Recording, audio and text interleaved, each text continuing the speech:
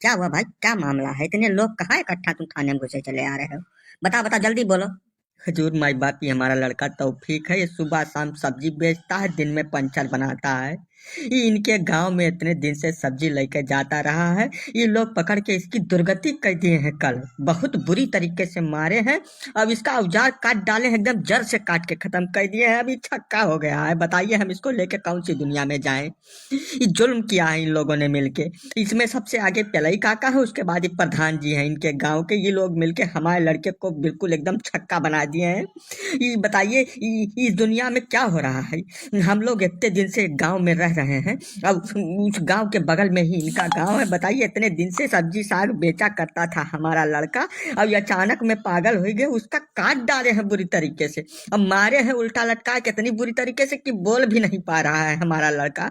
बताइए आप। हाँ हजूर, अब देखो लड़के को क्या बना दिए हैं ये लोग। बताओ, हमारा सबसे बड़ा लड़का यही है, सबसे बड़े लड़के का ये हाल कर दिया। अब इससे शादी कौन करेगा? हम नहीं समझ पा रहे हैं। इन लोगों को सजा मिलना चाहिए। पलई प्रसाद जी, प्रधान जी क्या कह रहे हैं ये लोग? इनकी बात में अगर सच्चाई है तो हम बख्शेंगे नहीं, इतना ध्यान रखिएगा। ना ना, पहले आप हमारी बात को सुनिए और उसको समझिए। बात को समझने के बाद आप जो एक्शन लेंगे वो हमको मंजूर होगा पूरी तरीके से। ये अपने लड़के का नाम तौफीक बता रहे हैं ना? इसका नाम इनके हिसाब से तौफीक है। इनके लड़के के हिसाब से इसके 5-6 नाम है, सारे हिंदू नाम है।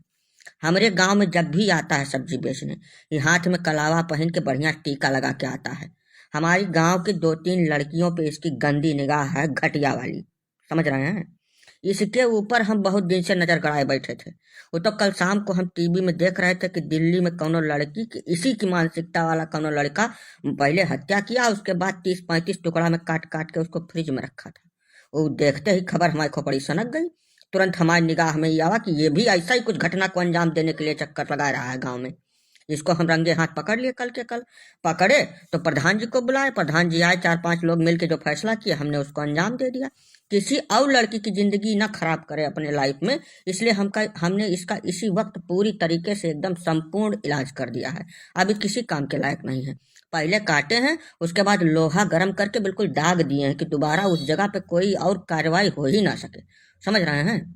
अब आप चलिए हमारे गांव में, पहले उन कन्याओं से आपकी हम मुलाकात कराते हैं जो इसके फरेब के चक्कर में इससे बातचीत करने में लगी हुई थी।